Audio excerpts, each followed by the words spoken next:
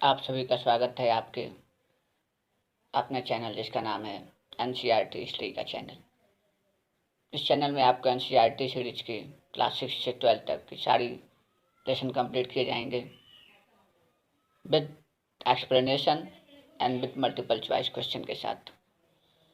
इसी क्रम में आज क्लास 6 की एनसीईआरटी की लेसन सेकंड को हम शुरू कर रहे हैं। लेसन सेकंड का कुछ पार्ट कल हमने समाप्त कर दिया था और आज उसके आगे हम शुरू करते हैं। जैसा कि कल हमने आपको बता दिया था कि हंटर गैदर्स का हम इस सेकंड लेसन में ये पढ़ रहे हैं कि कैसे हंटर गैदर्स ने अपने पूरे लाइफ में किस तरीके से अपना जीवन यापन करता है, किस तरीके से वो एक जगह से दूसरी जगह जाता है, क्यों जाता है, ये सारी चीज़ें हम कल डिस्कशन कर चुके हैं और आज हम उसी के आगे बढ़ते हैं। तो देखिए, ये सारी चीज़ों का मतलब है कि ये सारी कहानियाँ जो हमने लेसन फर्स्ट में पढ़ी थी और लेसन सेकंड में पढ़ रहे हैं, इन सारी कहानियों के बारे में पता चलता है आर्कियोलॉजिस्ट से। आर्कियोलॉजिस्ट अगर नहीं होते तो इस सारी हिस्ट्री को हम अगर जान नहीं पाते। तो आर्कियोलॉजिस्ट का बहुत बड़ा रोल है इस हिस्ट्री को जानने में। तो आर्कियोलॉजिस्टों ने तमाम साइट्स की खोज की, तमाम साइट्स को देखा उन्होंने। एक बात यहाँ बता दें, साइट्स का मतलब क्या होता है पहले ये जान लीजिए। साइट्स का मतलब होता है, एक वर्ड लिखा हुआ है साइट। साइट का मतलब कि एक ऐसा प्लेस जिस प्लेस के अंदर तमाम एनिमल्स की बोन्स, तमाम छोटे छोटे प्लांट, तमाम मनुष्यों की हड्डियाँ, बहुत सारे बर्तन, बहुत सारे आभूषण, मतलब कई सारी चीज़ें मिलती हैं और इन्हीं सारी चीज़ों से स्टडी करता है। इन्हीं सारी चीज़ों से स्टडी करता है कौन? आर्कियोलॉजिस्ट। तो आर्कियोलॉजिस्ट स्टडी करके हमें अपने एंशिएंट के बारे में बताता है, एंशिएंट ह्यूमंस के बारे में बताता है। तो ये प्लेस जो है जहाँ पर ये सारी चीज़ें मिलती हैं वही क्या कहलाता है? साइट्स कहलाता है। ठीक है, क्लियर? चलिए, तो जो साइड से मिले वो कहाँ पर मिले इस मैप में देखिए, थोड़ा सा बता दिया था। तमाम इसमें जगह है, बुर्ज है, भीमबेटका है। कौन कौन सी जगह है फिर से एक बार बताता हूँ आपको। बुर्ज है, भीमबेटका है, ठीक है, इधर दाजोली हार्डिंग है, चिरांद है, कोलडीवा है, कोलकाता है, मेहरगढ़ है। इन तमाम जगहों पर बहुत सारे हमें प्रूफ देखने को मिले थे। इधर नीचे की तरफ आपका कुरुनाल कैप्स है। ये सारी चीज़ें हमें मिलती हैं। इन्हीं साइट्सों पर कहीं पर बोन्स मिले, कहीं पर राख मिली, कहीं पर एनिमल्स की हड्डियाँ मिली, जानवरों की हड्डियाँ मिली, चावल का प्रूफ मिला, गेहूं का प्रूफ मिला। ठीक है, अब आगे बढ़ते हैं हम लोग, साइट्स के बारे में पढ़ेंगे आगे। अब देखिए, थोड़ा सा इसको पढ़ते हैं क्या लिखा हुआ है। लिखा है, as stone tools were important, people try to find places where good quality stones was easily available. Places where stones was found and where people's made tools are known as factory site. एक और term आया यहाँ पर, term को भी सीखना बहुत जरूरी होता है एनसीईआरटी के अंदर। क्योंकि कभी कभी क्या होता है ना कि हम कहते हैं हमने पूरी एनसीईआरटी पढ़ ली और हमें टर्म पता ही नहीं रहता है कि आखिर फैक्ट्री साइट का मतलब क्या होता है, साइट का मतलब क्या होता है, फैक्ट्री कम हैबिटेशन साइट का मतलब क्या होता है।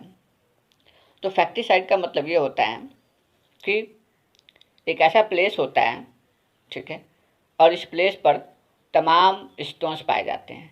क्या पाए जाते हैं? स्टोन। प्लेस पे क्या होंगे? स्टोन होंगे। और ये स्टोन ऐसे होंगे जिसको हमारा एंशियंट ह्यूमंस, कौन? एंशियंट ह्यूमंस यूज करके क्या बनाता होगा? हथियार बनाता होगा। ठीक है, क्या बनाता होगा? हथियार। तो ऐसे प्लेसेस को क्या बोलते हैं? Factory site. क्या बोलते हैं? Factory site.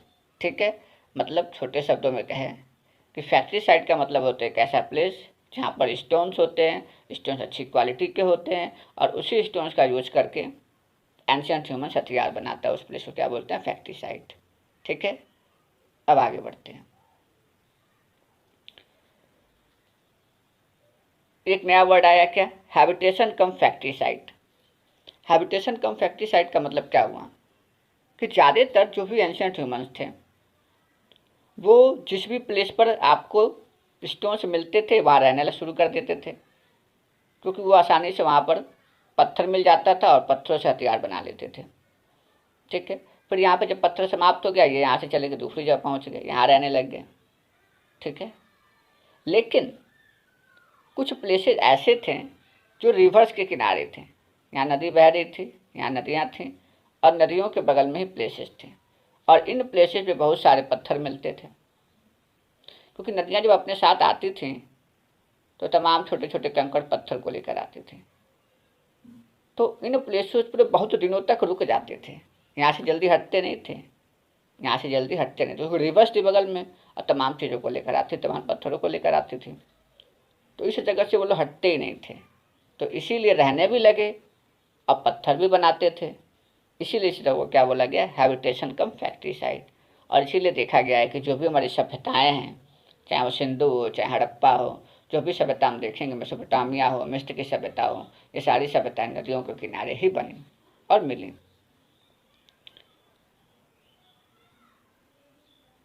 ठीक है, यहाँ पर देख लीजिए, मध्य प्रदेश के अंदर एक जगह है भीमबेटका, बताया भी था कल।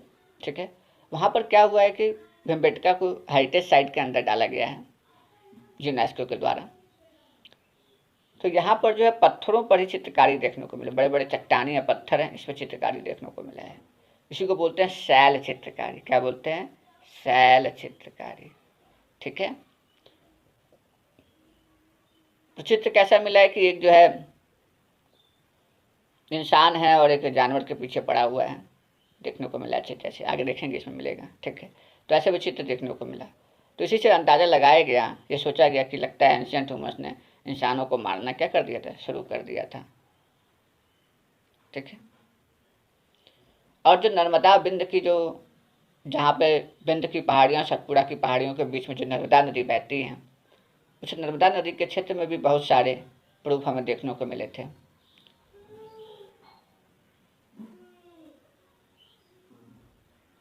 ठीक है, तो यहाँ पर जो ये सारी बातें थी, फैक्ट्री, हैबिटेशन कम फैक्ट्री, ये बच गया हैबिटेशन। देखिए, हैबिटेशन का मतलब होता है कि एक इंसान है या आप मान लीजिए आप हैं, तो आपके चारों तरफ का जो क्षेत्र है जहाँ पर आप रह रहे हो, क्या कहलाता है, वातावरण। और इस वातावरण के अंदर क्या है, बहुत सारे एनिमल्स हैं, बहुत सारे इंसेक्ट हैं, आप भी हो उसी में। तो आप इस प्लेस पर, इस वातावरण के अंदर आप आसानी से रह ले रहे हो। ठीक है, ये जानवर भी आपस में रह ले रहे हैं, तो और ये जानवर और ये आप दोनों एक दूसरे से क्या हो, इंटर रिलेटेड हो। इंटर रिलेटेड का सेंस ये है कि आपके बिना इनका जीवन नहीं रह सकता और इनके बिना आपका जीवन नहीं रह सकता। तो जब मनुष्य जो है ऐसे क्षेत्र में रहना शुरू कर देता है, तो ये पूरा क्षेत्र क्या कहलाता है, हैबिटेशन। मतलब कि आपके चारों तरफ का क्षेत्र जहाँ पर आप आसानी से रह लेते हो, ठीक है, वहाँ की चीज़ों की आपको आदत हो जाती है, तो क्षेत्र पूरा आपके लिए क्या हो जाता है, हैबिटेशन हो जाता है। आदत, हैबिटेशन लिखा ना, आदत से संबंधित है। ठीक है, ये चारों बातें हो गई, ये चारों चीज़ें आपकी समाप्त हो गई। ठीक है, अब आगे बढ़ते हैं।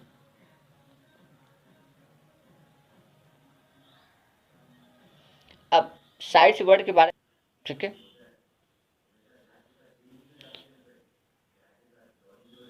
प्लेसेज, टूल्स, स्पॉट्स, बिल्डिंग सब पाए जाते हैं। ठीक है, सॉरी,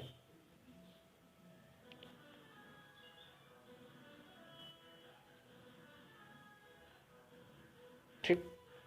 तो साइट्स के बारे में मैंने आपको बता दिया था कि साइट्स के अंदर जो है ऐसे क्षेत्र होते हैं जहाँ पर जो है बहुत सारे टूल्स, स्पॉट्स, बिल्डिंग्स पाई जाती हैं। ठीक है, और वहाँ पे जो भी चीज़ें मिलती हैं तो क्या होता है कि कुछ अर्थ के अंदर मिलती हैं। ठीक है, ज़मीन के अंदर सब चीज़ें होती हैं। उसके बाद जो है कुछ वाटर्स के अंदर होती हैं। ठीक है, तो ये सब चीज़ें क्या कहलाती हैं, साइट्स कहलाती हैं। ठीक है, मतलब साइट एक ऐसा प्लेस है जहाँ पर जो है बहुत सारे औजार, हथियार, बोन्स, ठीक है, ये सब मिलता है। और इसी से जो है आर्कियोलॉजिस्ट जो हमारी स्टडी करते हैं तो प्लेस साइट कहलाता है, ठीक है। अब ये टूल्स बना कैसे? टूल्स बनाने के जो हथियार बनाया था इंसान ने, वो बनाने के दो तरीके थे। पहला तरीका था कि स्टोन्स के ऊपर उसने स्टोन्स को रगड़ा, जैसे चित्र में देखिए आप लोग, स्टोन्स के ऊपर क्या कर रहा है, वो स्टोन को रगड़ रहे हैं, ठीक है। तो जब एक पत्थर के ऊपर दूसरे पत्थर को जो दूसरा पत्थर था इसको हमने हैमर के रूप में यूज किया, इसको हमने कोर के रूप में यूज किया, ठीक है। तो जब एक पत्थर से दूसरे पत्थर पे हमने टक्कर मारी, ठीक है, तो क्या होता है कि जो इसके ऊपर वाले पार्ट होते हैं, सल्क जिसको बोला जाता है, वो सब हट जाता है और धीरे धीरे उसको एक हथियार का शेप दे दिया जाता है। तो ये क्या कहलाता है? ये टेक्निक कहलाती है पत्थर के ऊपर पत्थर लगा करके डाल करके हथियार बनाना। दूसरी तकनीक क्या है? प्रेशर फ्लैकिंग। प्रेशर फ्लैकिंग का मतलब होता है कि हम क्या करते हैं कि एक बहुत बड़ा पत्थर होगा, चट्टान होगी, ठीक है, और उसके ऊपर हम दूसरे पत्थर को रखेंगे जिसको हम बोलते हैं कोर, ठीक है, क्या बोलते हैं? कोर। और इस पर हम जो है बोन्स से कोई हड्डी लाएंगे, मान लीजिए हड्डी है, इस हड्डी से इसके ऊपर प्रहार करेंगे और धीरे धीरे इस पत्थर को छोटा छोटा इसके ऊपर के सल्क को निकालेंगे और इसे हथियार के रूप में बदल देंगे। तो ये क्या कहलाता है? प्रेशर फ्लैकिंग। फ्लैकिंग का मतलब क्या होता है? प्रज्वलित होना, अग्नि प्रज्वलित होना, ठीक है। तो वो सेंस होगा कि जब एक तो पत्थर नीचे भी है, ऊपर से आप किसी बोन से या पत्थर से इस पर टक्कर मार रहे हो,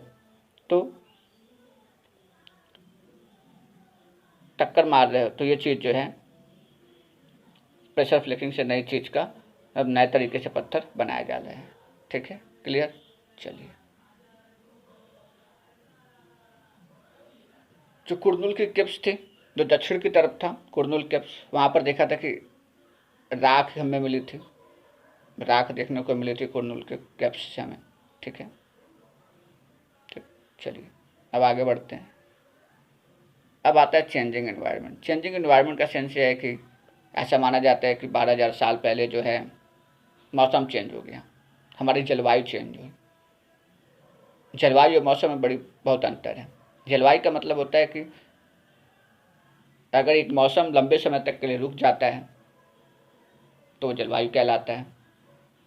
और मौसम का मतलब होता है कि दिन प्रतिदिन हमारे चारों तरफ का वातावरण एक ही दिन में कई तरह का हो जाता है, उसमें कई प्रकार की परिस्थितियाँ जनरेट हो जाती हैं, तो उसे क्या बोलते हैं? मौसम। जैसे इन दिनों क्या है, सुबह गर्मी, दोपहर में बारिश, रात को ठंडी, तो ये तीनों चीज़ें एक ही दिन के अंदर हो गई, तो इसे मौसम कहा जाता है।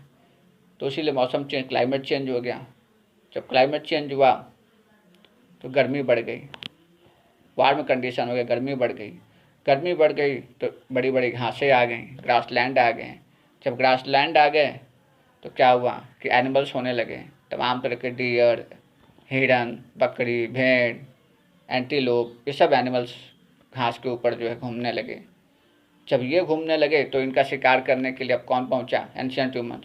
वो उनका शिकार करने के लिए उनके पीछे पहुंचा। इनमें कुछ ऐसे थे जो आसानी से शिकारी का शिकार बन जाते थे, कुछ ऐसे थे जो आसानी से बहुत दूर तक भागते रहते थे। तो इसीलिए इंसान को भी भागना पड़ता था उसके पीछे। और देखिए क्या हुआ, जो हमने बताया था कि हंटर गेदर्स ने अपनी जगह को एक जगह से दूसरी जगह पहुंच गया। तो एंशिएंट ह्यूमंस था, उसका सबसे मेन जो ऑक्यूपेशन था वो था फिशिंग वो जरूर करता था, ठीक है। इसी समय क्या हुआ कि जो भारत का जो पश्चिम वाला क्षेत्र था, थार की पहाड़ियाँ थीं, वहाँ पर जो है गेहूँ और जौ के उपज उत्पादन का साक्ष्य मिला। विंध्य की पहाड़ियों में चावल के साक्ष्य मिले। तब इंसान जो है धीरे धीरे अनाज उत्पादन भी सीख गया था, पशुपालन भी सीख गया था। अब हम आते हैं कि आर्कियोलॉजिस्ट ने इन सारी चीज़ों की स्टडी करने के लिए जो हमारा पूरा इतिहास था, उस इतिहास को कई पीरियड में बांट दिया। पहला जो पीरियड था, पैलियोलिथिक। कौन सा था? पैलियोलिथिक। पैलियोलिथिक का मतलब होता है कि पैलियो का मतलब होता है पत्थर। क्या होता है? पत्थर। मतलब कि जो सबसे पहला काल था हमारा, पूरा पाषाण काल था। कौन सा काल था? पूरा पाषाण काल। इसे इंग्लिश में बोलते हैं पैलियोलिथिक एरा। और ये जो काल था 20 लाख साल से लेके 12,000 साल तक था। ठीक है। और जो पूरा पाषाण काल है, इंसान के अंदर या एंशिएंट ह्यूमंस के अंदर या एंशिएंट ह्यूमंस की पूरी लाइफ स्टाइल में जो सबसे 90% 99% जो चेंजेज हुए हैं वो इसी पैलियोलिथिक एरा में हुए हैं। ठीक है। और इसीलिए पैलियोलिथिक एरा को हमने 3 कैटेगरी में बांट दिया, लोअर, मिडिल, अपर। अर्थात निम्न पूरा पाषाण काल, मध्य पूरा पाषाण काल, उच्च पूरा पाषाण काल। उसके बाद हमारा आया मीजोलिथिक एरा। मीजोलिथिक एरा का जो शुरुआत थी 12,000 साल से लेकर 10,000 साल तक थी। इस एरा के अंदर जो है, जो इंसान था वो छोटे छोटे पत्थरों से औजार बनाना शुरू कर दिया था। जब छोटे छोटे पत्थरों से औजार बनाने लगा, इसीलिए इस मीजोलिथिक एरा को अर्थात इस मध्य काल को माइक्रोलिथिक भी बोला जाता है। क्या बोला जाता है? माइक्रोलिथिक भी बोला जाता है। Mesolithic is also called the microlithic.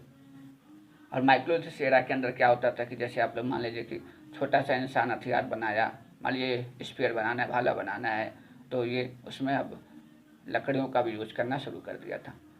जरूरी नहीं कि हैंडल्स बोन्स हड्डियों का बना रहता था, या हो सकता था लकड़ियों का बना रहता था। तो ऐसी चीज़ें आना शुरू हो गई थी माइक्रोलिथिक एरा में, मेसोलिथिक एरा में। थर्ड जो था हमारा जो एरा था जिसे बोलते हैं हम लोग नियोलिथिक एरा, नवपाषाण काल। इस नवपाषाण काल के अंदर जो है आज से 10,000 साल पहले नवपाषाण काल हुआ था, शुरू हुआ था। इस एरा में इंसान यहाँ तक इस एरा को आते आते बहुत कुछ सीख चुका था। वो स्थायी हो चुका था क्योंकि खेती उसे आ चुकी थी। अब वो एक ही जगह पर रहना शुरू कर दिया था। घमंतु प्रवृत्ति उसकी समाप्त हो गई थी। आग की खोज उसने कर लिया था। अपने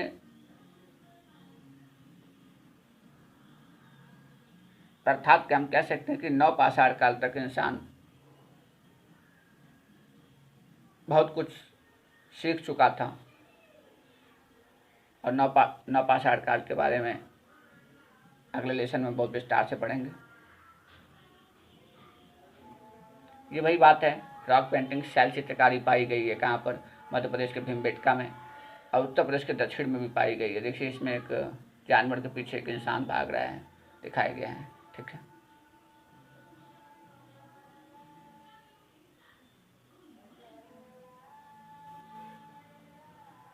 तो इतनी सारी चीज़ें हमें मिली, लेकिन एक सबसे बड़ी बात यह है कि कहीं भी ऐसा कोई चित्र नहीं मिला जिससे ये पता चल सके कि जो मैन है वो कौन सा काम करते थे, जो वुमेन्स थी वो कौन सा काम करती थी। लेकिन हाँ, ये माना जाता था कि मैन्स जो थे वो बाहर के कामों को किया करते थे, शिकार करना, जंगलों से फलों को लाना। लेकिन जो महिलाएं थी घरों में काम करती थी, जैसे बच्चों को संभालना, अनाज को जानवरों से बचाना, ये सब काम जो है महिलाएं किया करते थे। लेकिन वास्तव में कोई रियल प्रूफ नहीं मिला है, कोई रियल कहीं चित्र नहीं मिला जिससे हम कह सकें कि हाँ ऐसा ही हुआ करता था। जो पैलियोलिथिक एरा था, उस पैलियोलिथिक एरा के अंदर छोटी सी बात थी कि एक ऑस्ट्रिच का प्रूफ उसमें पाया गया, शुतुरमुर्ग, जो सबसे बड़े पक्षी के रूप में जाना जाता है। वहाँ पर जो शुतुरमुर्ग के अंडे भी मिले हैं, बहुत अधिक मात्रा में अंडे मिले हैं। और उसी अंडे के ऊपर जो है बहुत सारी डिजाइनिंग भी मिली थी। इसी से मनके बनाने का कार्य किया जाता था।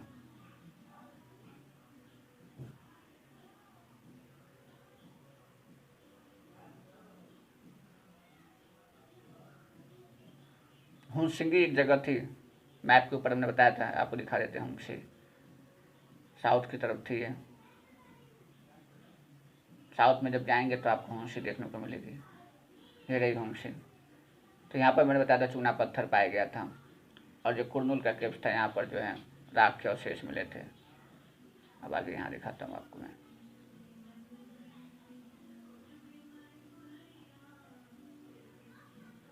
यहाँ पर भी बहुत सारे टूल्स मिले थे।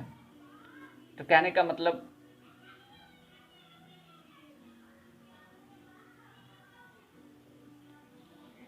कि अब जो एंशिएंट ह्यूमंस था तो तमाम चीज़ों को अब क्या कर चुका था, सीख चुका था, समझ गया था।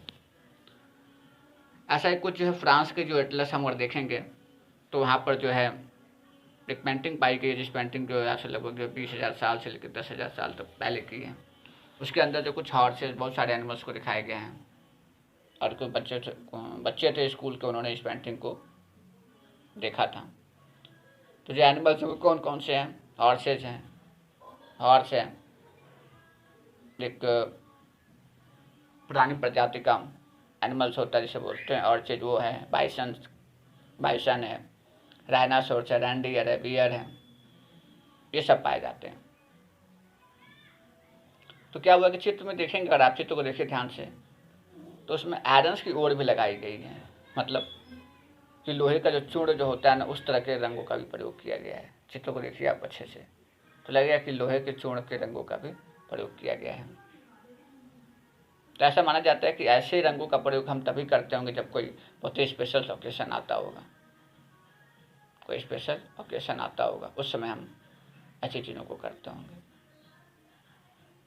या ये भी हो सकता है कि ऐसे रंगों का प्रयोग तभी करते होंगे जब, जो आज का नाटक में जो है, या साउथ की तरफ जब चले जाएंगे तो जानवरों को आपस में लड़ाने की प्रथा होती है, तो लगता है कि ऐसा भी कुछ होता होगा उस समय, तो इसलिए ऐसे रंगों का प्रयोग किया जाता होगा। या हो सकता है कि जब एक जानवर जब दूसरे जानवर से लड़ते होंगे, ठीक है, तो जो जानवर जीत जाता होगा उसकी खुशी में जो है लोग ऐसे रंगों का प्रयोग करते होंगे। तो तमाम रीजन्स हो सकते हैं, ऐसे चित्र मिले थे हमें फ्रांस में, ठीक है। अब आगे बढ़ते हैं। तो इस तरीके से इस लेसन से हमने क्या क्या सीखा, एक छोटी समरी देख लेते हैं कि हमने जो है हंटर गैदर्स के बारे में जाना, हमने साइट के बारे में जाना, हैबिटेशंस जाना, फैक्ट्री जाने, पैलियोलिथिक एरा जाना, मेसोलिथिक जाना, माइक्रोलिथ जाना। हंटर गैदर्स शिकारियों जो होते हैं, शिकारी, और ग्रुप में रहते हैं और घूम के अपना जीवन यापन करते हैं, फलों को बटोरते हैं, जंगलों से लकड़ियों को काटते हैं, एनिमल्स का शिकार करते हैं। साइट आर्कियोलॉजिस्ट, साइट्स क्या होती है? तो साइट जो है, जो आर्कियोलॉजिस्ट को मदद करती है हिस्ट्री को जानने में, जैसे बताया था पॉट थे, बोन्स थे, ब्रिक्स थे, ऐसी तमाम चीज़ें थी। तो जहाँ मिलती हैं उसी को साइट बोलते हैं। हैबिटेशन बताया था, जहाँ पर एक इंसान है, उसके चारों तरफ का जो वातावरण है, जहाँ पर रह लेता है आसानी से, वही समझिए उसका हैबिटेशन कहलाता है। फैक्ट्री, फैक्ट्री ऐसे प्लेस को बोलते हैं जहाँ पर पत्थर पाए जाते थे और उन पत्थरों से हथियार बनाया जाता था। Palaeolithic era,